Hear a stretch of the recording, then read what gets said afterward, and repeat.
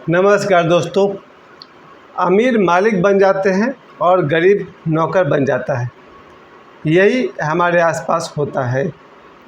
आज का वीडियो आप सभी के लिए है, खासकर बच्चों के लिए है जिन्हें इस बात को ध्यान में लेकर चलना होगा। अगर अमीर हो गए तो मालिक बन सकते हो, अगर गरीब हो गए तो नौकर बनना पड़ सकता है। आज शुक्रवार है और शुक्रवार के दिन को ज्योतिष में लोग लक्ष्मी से जोड़ते हैं, प्रेम से जोड़ते हैं। आश्चर्य तो यह है कि जिसके पास लक्ष्मी है उससे झूठा प्रेम आसानी से मिल जाता है। हाँ, झूठा प्रेम। ध्यान दीजिएगा, कोई भी आदमी करोड़ रुपया देकर भी किसी का प्रेम नहीं खरीद सकता। ये मैं अपने बल पर बोलता हूँ। पैसे देकर के आप किसी का प्यार नहीं खरीद सकते। पैसे देकर जो आप खरीदते हैं वो कुछ और है, सुविधा है।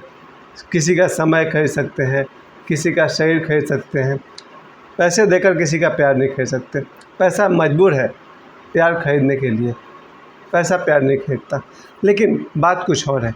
आज के वीडियो में मैं अपने खास करके जो छोटे बच्चे हैं, अगर 12 वर्ष के आसपास के बच्चे मुझे सुनते हैं, उनसे मैं कहना चाहता हूँ कि अपने जीवन में कम से कम मैं 5 ऐसे नियमों की बात करूँगा जिसको अपना कर अगर बच्चे चलेंगे तो जीवन में अमीर बनेंगे, किसी के नौकर तो नहीं बनेंगे।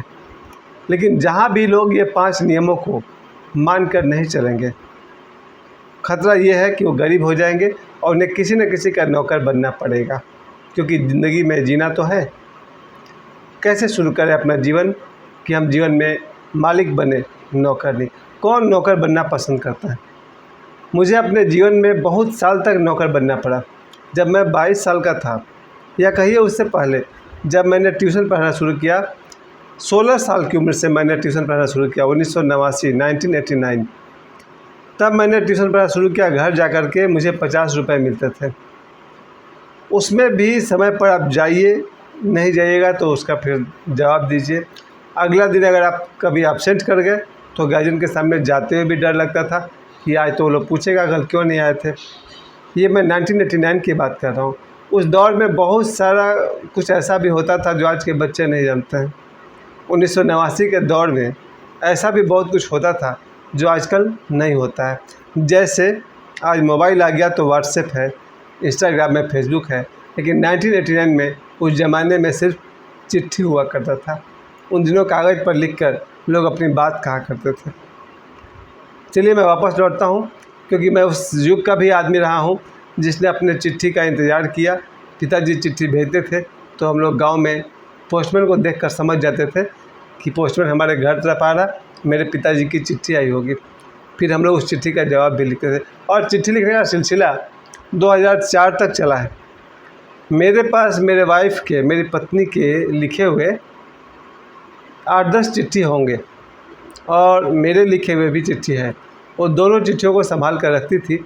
इसलिए शायद मैं एक ऐसा भाग्यशाली पति हूँ जिसके पास उसकी पत्नी के हाथ का लिखा हुआ 10 चिट्ठी तो ज़रूर होगा मेरे पास। खैर, मैं वापस लौटता हूँ गरीबी और अमीरी के बात पर, क्योंकि ये आज हम सभी की ज़रूरत है। मैं जब भी कभी अपने दोनों बच्चे की तरफ देखता हूँ तो मुझे ये बात का ख्याल आता है कि आज से कुछ साल बाद ये बच्चे क्या करेंगे। या तो किसी का मालिक बन जाएंगे या किसी का नौकर बन जाएंगे। न्यूट्रल रहने का तो कोई उपाय है ही नहीं।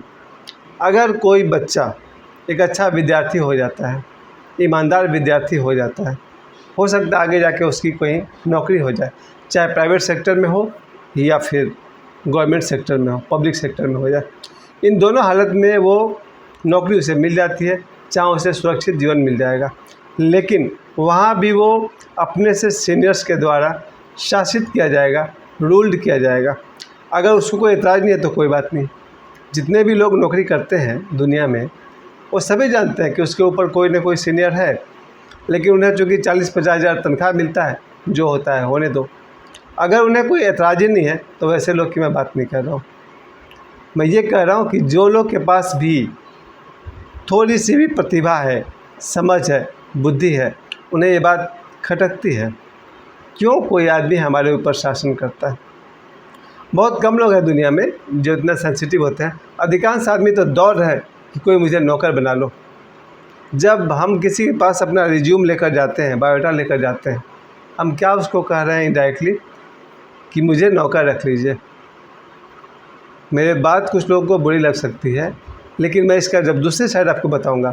ऐसे ऐसे लड़के हैं जो जीवन भर किसी के यहाँ नौकरी नहीं किए हैं और राजा की ज़िंदगी बिताते हैं। ऐसे मैं आपको 5-10 लोग के बारे में ज़रूर बताऊंगा। They are living like a emperor, राजा की ज़िंदगी जी रहे हैं, कभी किसी के आगे नौकरी नहीं की और शायद उन्हें कभी नौकरी नहीं करनी पड़ेगी। वही लाइफ मुझे अच्छा लगता है। खुद मैं आज 50 साल की उम्र में ऐसी स्थिति में हूँ कि अगर मैं चाहूँ तो कोई भी नौकरी नहीं करूँ और मेरा जीवन अच्छी तरह चलता रहे। न नौकर बनूँगा न नौकर बनाऊँगा, क्योंकि मैं ओशो सन्यासी हूँ। न किसी की, जब मुझे नौकर बनना पसंद नहीं था तो मैं जिसको बुलाऊँगा उसको भी तो नौकर बनना पसंद नहीं होगा। आज मैं खुद 50 साल की उम्र में ऐसी जगह पर खड़ा हूँ जहाँ से मुझे किसी के नौकर बनने की ज़रूरत नहीं है और मुझे किसी को अपना नौकर बनाने का शौक़ नहीं है। लेकिन यहाँ तक पहुँचने से पहले मुझे कम से कम 10-20 लोगों का नौकर बनना पड़ा है। यही बात मैं आज अपने वीडियो में अपने विद्यार्थियों को, अपने साथियों को बताना चाहता हूँ। जीवन में कहाँ हमसे भूल हो जाती है कि आगे जाकर हम सब को नौकरी करनी पड़ती है। जिनके मन में इस बात का फीलिंग है कि नौकर बनना अच्छा नहीं लग रहा, ये वीडियो उनके लिए है, क्योंकि मैं आपको सैकड़ों नहीं हज़ारों रास्ते बताऊंगा जिससे कि कोई आदमी किसी का नौकर बने बिना करोड़पति और अरबपति की ज़िंदगी जी सकता है ईमानदारी से। यहाँ तक कि एक पान दुकानदार, पान बनाने वाला प्रतिदिन 1000 रुपये लेकर घर जाता है। आज ही मैं धनबाद गया हुआ था, मैंने वहाँ देखा एक पान दुकानदार को। निश्चित रूप से वो आदमी रात तक 1000 रुपये से अधिक कमा कर घर जाता होगा और वो किसी का नौकर भी नहीं है। ये लाइफ मुझे बहुत पसंद है।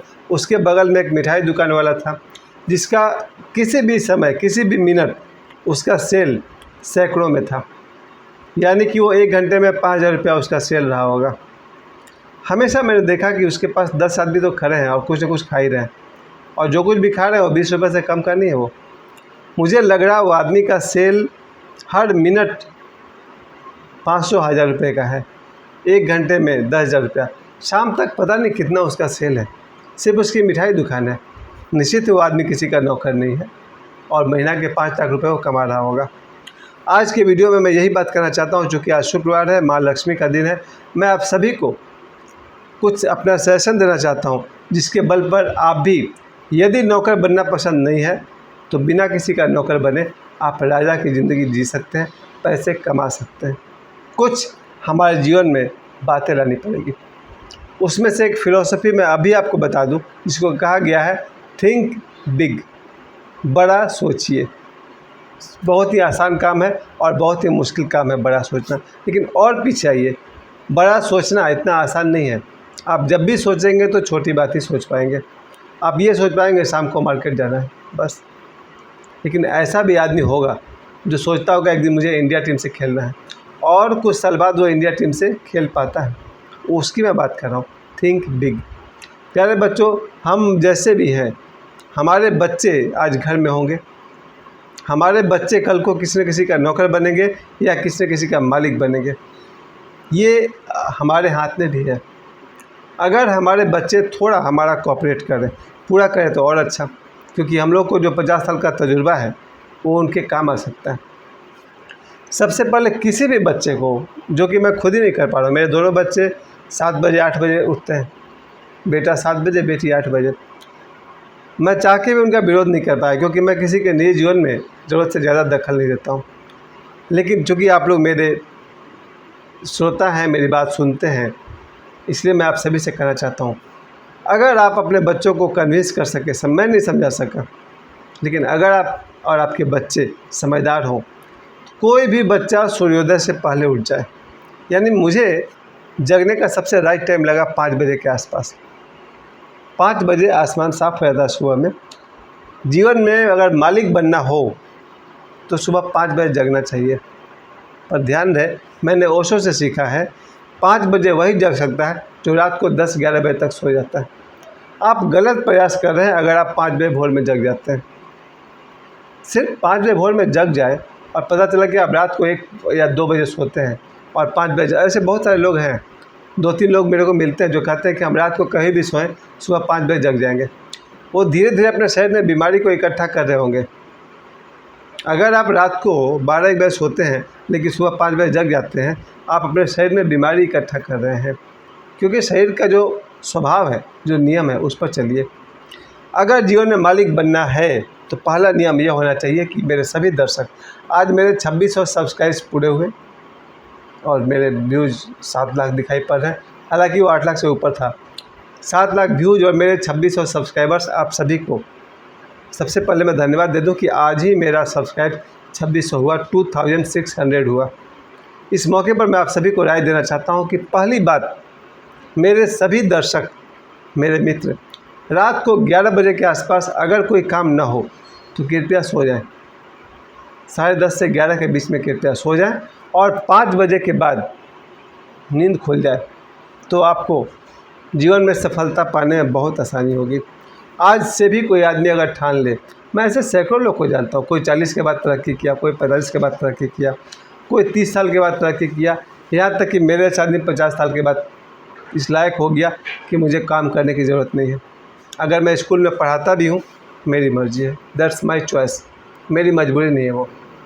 खैर, वापस आते हैं हम लोग अपनी बात पर कि आपके बच्चे और आप सभी सुबह 5 बजे के आसपास अगर जगते हैं तो आप अपने समय के साथ न्याय कर पाएंगे। दूसरी बात, जीवन में जो काम अच्छा लगे वो काम करिए। अच्छा लगे का मतलब ये भी समझिएगा कि ऐसा नहीं कि आप कोई गलत काम करने लगे। अच्छा लगे क्योंकि वो काम अच्छा हो। ये तो अलग बात है कि कोई भी काम को छोटा नहीं समझना चाहिए। जो मौका आपके सामने आए, आज मेरा छोटा भाई कह रहा था कि छोटा काम भी अगर करना पड़े, छोटा काम इसलिए कहा जाता है कि मान लीजिए आपको कहीं प्यून की नौकरी करनी पड़ गई, वॉचमैन की नौकरी करनी पड़ गई, तो कोई भी जानता है मैनेजर की अपेक्षा तो वो छोटा आदमी है ही। जब आप प्यून का या वॉचमैन का नौकरी करिए तब भी अपनी सोच बड़ी रखिए।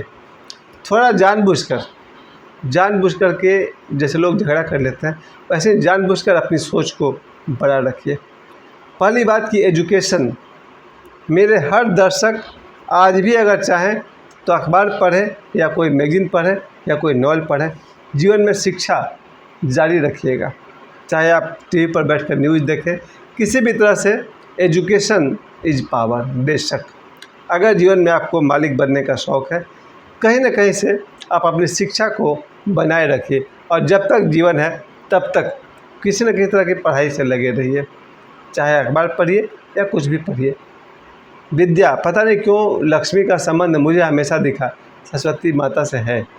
जहाँ विद्या है वहाँ धन आएगा ही आएगा। तो ये मेरा दूसरा सजेशन है कि हमें पढ़ाई से लगना चाहिए। और जो मेरे विद्यार्थी हैं या आपके बच्चे अगर स्टूडेंट हैं, उनसे भी मैं कहना चाहता हूँ, हो सके तो बिना किसी कारण साल में 1 दिन भी एब्सेंट ना करें स्कूल जाने में।